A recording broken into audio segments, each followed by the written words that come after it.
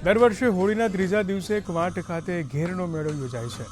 આદિવાસીઓ ઘેરૈયા બની માનતા પૂરી કરે છે। કવાંટના ઠેર ઠેર ઘેરૈયાની ટુકડીઓ વિશેષ આદિવાસી વેશભૂષામાં ઢોલ નગારા સાથે નાચગાન કરતા ફરે છે।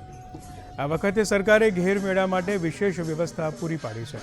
આ મેળામાં આદિજાતિ મંત્રી કુબેર ડિંડોર, પ્રભારી મંત્રી ભીખુસિંહ પરમાર, સાંસદ જસુભાઈ રાઠવા, ધારાસભ્ય રાજેન્દ્રસિંહ રાઠવા, ધારાસભ્ય અભયસિંહ તડવી સાથે નેતાઓ મનમુખી આદિવાસી નૃત્યની મજા માણી હતી।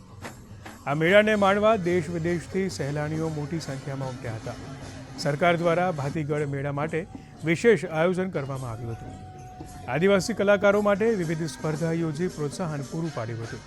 સાથે જ આદિવાસી હસ્તકલાકારોને સ્ટોલ આપી રોજગારી માટે પણ પ્રોત્સાહિત કર્યા હતા। વધુમાં પારંપરિક નૃત્ય કલાકારોને એડવાન્સમાં સહાય આપી તેમને મદદરૂપ થયા હતા।